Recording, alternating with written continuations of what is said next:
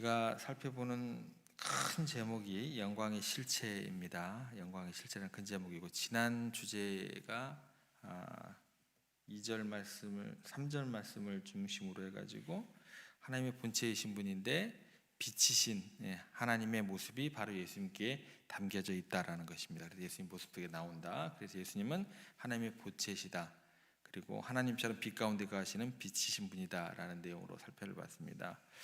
두 번째 작은 주제는 뭐냐면 예수님은 말씀의 실체다라는 것입니다. 말씀의 실체가 되신다라는 것이고, 말씀의 실체는 4절 말씀을 가지고 저희들이 살펴볼 겁니다. 4절 말씀 보시면 이렇게 기록되어 있습니다. 이에 엘리야가 모세와 함께 그들에게 나타나 예수와 더불어 말하나글.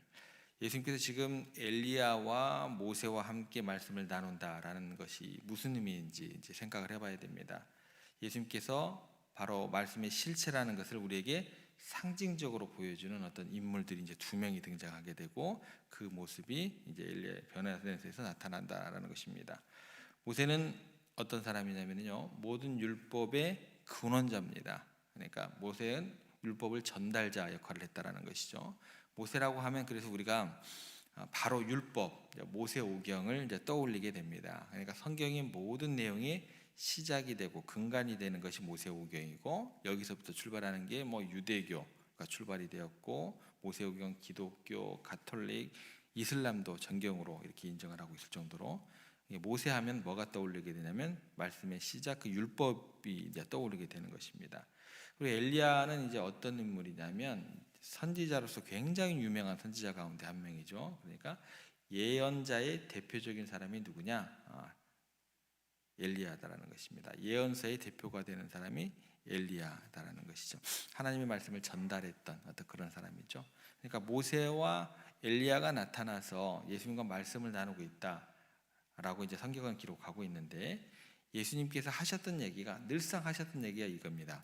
모세의 율법과 예언자들의 예언서를 완성하신 분임을 굉장히 강조를 하셔서 이야기를 하십니다.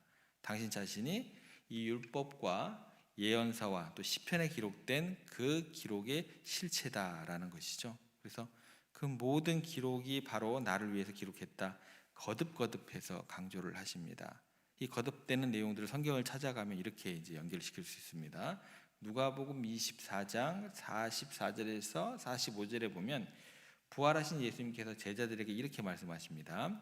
모세 율법과 선지자들의 글과, 예언자들의 글과 똑같죠. 선지자들의 글과 시편의 나를 가르쳐 기록된 모든 것이 이루어져야 하리라. 그러니까 모든 율법과 예언들은 예수님이 어떤 분이신지 증거하고 그렇게 말씀하고 있다라는 이야기를 하십니다. 그리고 정말 예수님의 죽으심과 부활, 재림에 대한 모든 기록이 구약 성경에 다 나와 있습니다. 다시 말해서 예수님은 구약 성경의 주인공이다라는 것이죠. 그래서 또 요한복음 5장 39절에서는요, 예수님을 이렇게 이야기를 하십니다. 너희가 성경에서 영생을 얻는 줄 생각하고 성경을 연구하거니와 이 성경이 곧 내게 대하여 증언하는 것이니라. 그러니까 영생을 얻기 위해서 너희들이 성경을 상고하는데 이 성경이 곧 나에 대해서 증거하다라는 것이에요. 그래서 길이요, 진리요, 생명 되신 예수님에 대한 어떤 그런 증거다라는 것이죠. 성경을 누구를 기록한 거라고요? 예수님, 나에 대해서 증거한 거다라는 것입니다. 그래서 예수님 자신이 곧 말씀의 예언대로 오실 그분이다라는 것을 확실히 예수님께서는 아셨다라는 거예요. 아셨어요. 근데 그러면 예수님께서 어떤 분이신지 정확히 아셨다고 한다면 이 삶은 어떤 삶일까요? 말씀을 그대로 성취하시는 삶을 사셔야겠죠. 그래야지 그 메시아로서의 그 모든 것들이 갖춰지는 것이거든요. 그래서 예수님은 이 땅에 오신 후에 온통 그 삶 자체를 말씀을 성취하는 삶이 예수님의 삶으로 나타나게 됩니다. 그것을 뭐라고 얘기를 하냐면 말씀이 육신이 되는 삶이었다라고 이야기를 하는 거예요. 그래서 요한복음 1장 14절에 이렇게 기록되어 있습니다. 말씀이 육신이 되어 우리 가운데 거하심에 우리가 그의 영광을 보니 아버지의 독생자의 영광이요 은혜가 진리가 충만하더라. 말씀이 육신이 되는 삶으로 우리 가운데 거하시다라는 것입니다. 그리고 그 말씀은 곧 어디까지 연결되냐면 곧 하나님이다라고 이야기를 합니다. 그래서 요한복음 1장 1절 시작이 태초에 말씀이 계시니라. 이 말씀이 하나님과 함께 계셨으니 이 말씀은 곧 하나님이라. 그러니까 말씀이 곧 하나님이시기 때문에 말씀의 실체이신 예수님이 곧 바로 하나님이시다라는 것입니다. 그래서 예수님은 이걸 이처럼 강조하는 것들 자체가 부활하신 이후에도 동일하게 강조를 하십니다. 엠마오 도상으로 가는 제자들에게 나타나셔가지고 이렇게 말씀하십니다. 누가복음 24장 25절에 27절 말씀을 보면 이르시되 미련하고 선지자들이 말한 모든 것을 마음에 더디 믿는 자들이여 그리스도가 이런 고난을 받고 자기의 영광에 들어가야 할 것이 아니냐 하시고 이에 모세와 모든 선지자들의 글로 시작하여 모든 성경에 쓴 바 자기에 관한 것을 자세히 설명하시니라. 그러니까 예수님은 자기 자신에 대해서 기록된 것을 성경에서 꺼내어 자세하게 설명하셨다라는 것입니다. 여기서 굉장히 중요한 포인트가 나옵니다. 그러므로 우리들이요 예수님을 만날 때 살아계신 하나님의 말씀인 성경을 통해서 만날 수 있다라는 굉장히 놓치시면 안 되는 평생 마음 가운데 되새기셔야 되는 포인트가 나옵니다. 주제가 나오는 거예요. 성경이 예수님에 대해서 자세히 기록되어 있기 때문에 그렇다라는 것입니다. 그래서 예수님께서 본인에 대해서 설명을 하실 때 뭐 가지고 설명을 하셨다고 그랬죠? 제가 지금 계속 쭉 나열했습니다. 뭐 가지고 설명하셨어요? 성경을 가지고 본인에 대해서 설명을 하셨습니다. 그러니까 이 성경 말씀이 예수님의 초상화나 마찬가지고 예수님에 대한 설명서나 마찬가지고 성경은 온통 예수님이 어떤 분이시고 어떤 일을 하시고 어떻게 사실 것이고 어떻게 돌아가실 것이고 그리고 예수님의 본질이 뭔지를 자세하게 담고 있는 모든 예수님의 이야기가 성경이다라는 것입니다. 이걸 잊으시면 안 돼요. 그래서 우리가 예수님을 만나고 싶다, 정말 그분의 능력을 경험하고 싶다, 그분이 어떤 분이신지 알고 싶고 교제하고 싶다 하면 어떻게 하면 되겠어요? 성경을 읽으셔야 된다라는 거예요. 여러분이 예수님 한 번만 나타나 주세요, 내 꿈에 한 번만 나타나 주세요, 내 환상 중에 한 번만 나타나 주세요, 예수님 만나는 게 소원입니다. 그럼 믿겠습니다. 이 기도가 좋은 기도예요? 나쁜 기도예요? 대답을 못 하시네. 이 기도는요, 다시 한번 설명을 드려볼게요. 내 꿈에 한 번만 나타나 주세요, 내 환상 중에 한 번만 나타나 주세요, 예수님 만나는 게 소원입니다. 그럼 믿겠습니다. 대단히 어리석은 기도입니다. 이런 기도 하지 마세요. 잘못된 기도입니다. 만약에요 그 소리 듣고 귀신이 꿈에 예수님인 척하고 나타나면 어떻게 하실래요? 기도하다가 황산 중에 뭔가를 보기를 원하는데 귀신이 예수님 척하고 나타나면 어떻게 하실래요? 무슨 소리를 들었으면 좋겠다 하는데 정말 마음의 소리가 들리고 귀에도 들리는데 만약에 악한 영이 그걸 이용해서 그렇게 하면 어떻게 하실래요? 그러니까 그 기도 자체가요 출발 자체부터 굉장히 성경적이지 않고 굉장히 어리석은 기도입니다. 그걸 어떻게 분별하시겠어요? 대단히 위험한 접근이다라는 것입니다. 어떻게 우리는 예수님을 만날 수 있느냐? 근본적으로 하나님의 말씀이 온통 예수님을 증거하고 있기 때문에 그 말씀을 통해서 우리가 예수님을 인격적으로 만나고 말씀의 능력으로 만나는 거예요. 아까 제가 말씀드렸습니다. 예수님도 본인에 대해서 우리들에게 증거하고 설명할 때 뭐를 가지고 증거를 하시고 설명을 하셨다고요? 말씀, 성경을 가지고 하셨다라는 거예요.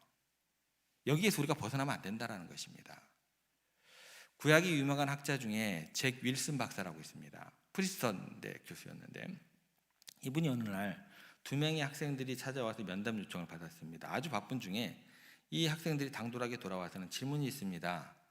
구약이 이것도 믿을 수 없고 저것도 믿을 수 없는데 좀 이야기 좀 하고 싶습니다. 토론 좀 하고 싶다고 이제 들어왔어요. 당돌하기도 하고 의욕이 넘치는 학생들 같아서 그럼 좋지, 앉아보게, 뭐가 궁금한가? 라고 이야기를 던지신 후에 그 전에 내가 자네들에게 한 가지만 묻겠네. 믿을 수 없고 믿을 수 없다 그렇게 얘기를 했는데 그래, 구약 성경은 읽어봤는가? 믿을 수 없으니까 읽어봤을 거 아니에요. 그렇게 물어봤어요. 그랬더니 이제 처음부터 끝까지 이제 몇 번 읽어봤는가 얘기를 했더니 한 번이라도 읽어봤느냐 얘기했더니 한 번도 못 읽었대요. 그러면 읽고 오게, 읽지도 않고 못 믿겠다라는 게 말이 되는가? 나는 지난 40년을 이 구약 성경 한자 한자를 깊이 읽고 파고 연구를 했는데 못 믿을 게 없는데, 하나도 없는데 자네들은 한 번도 안 읽고 믿을 수가 없다고 하는가? 한 번이라도 읽고 와서 한번 이야기를 해보지. 그리고 돌려보냈다라는 것입니다. 여러분, 우리가 기록된 말씀을 읽지 않고서 있기 때문에 예수님을 온전히 믿지 못하는 거예요. 기록된 말씀을 읽지 않기 때문에요, 우리가 예수님을 만나지 못하는 것입니다. 삶의 위기가 닥칠 때마다 하나님의 말씀을 읽고 묵상하고 경험하는 사람들은요, 그때그때 예수님의 마음의 또 능력과 은혜를 떠오르는 말씀을 통해서 해결을 받는다라는 거예요. 이걸 뭐라고 해요? 예수님 만났다라는 거예요. 내 삶에서 섭리하고 계신다라는 것입니다. 너무너무나 어려운 위기 속에서 말씀의 위를 경험하게 되는 것입니다. 그래서 성경은 이렇게 이야기를 합니다. 제가 개역 한글로 읽어드릴게요. 그리고 개역 개정으로 다시 읽어드릴게요. 시편 107편 20절입니다. 시편 107편 20절. 그가 그의 말씀을 보내어 그들을 고치시고 위경에서 건지는도다. 그냥 잠깐 틈새 상식이요. 위경이 뭐라고 생각을 하시나요, 여러분들? 여기서 여러분들 가운데 두 가지로 분류될 겁니다. 잘못된 성경, 이렇게 생각하시는 분들이 있을 것이고, 위험한 지경, 이렇게 생각하시는 분들이 있을 것 같아요. 어떤 걸까요? 1번, 2번. 두 번째입니다. 두 번째예요. 다시 개역 개정으로 읽어드릴게요. 시편 170편 20편 개역에 이렇게 기록되어 있습니다. 그가 그의 말씀을 보내어 그들을 고치시고 위험한 지경에서 건지시는도다. 위경이요, 뭐 잘못된 경전 뭐 이런 게 아니에요. 그건 이제 짤막상식으로 넘기고, 성경에서 이렇게 이야기하는 이유는 뭐를 보내신다고 얘기를 하시냐면 말씀을 보내서 건지신다. 성경은 이렇게 이야기하더라는 거예요. 성경은 내가 하나님을 만나고 싶습니다. 내가 예수님을 정말 내 삶에서 경험하고 싶습니다. 내 삶의 어느 자리에서도 내가 하나님의 구원하심을 내가 맛보고 싶습니다. 그럼 어떻게 하신다고요? 말씀을 보내시는 거예요. 말씀을 보내서 건지신다라는 거예요. 성경에서 그렇게 이야기하고 있습니다. 시편 119편 105절, 너무나 유명한 말씀이 또 등장하게 됩니다. 주님의 말씀은 내 발의 등이요 내 길의 빛이니이다 라는 거예요. 말씀이 한 발자국 한 발자국 가는 길을 보여주고 여러분들을 인도하는 거예요. 뭐 기도 가운데 갑자기 막 그런 게 아니다라는 거예요, 여러분들.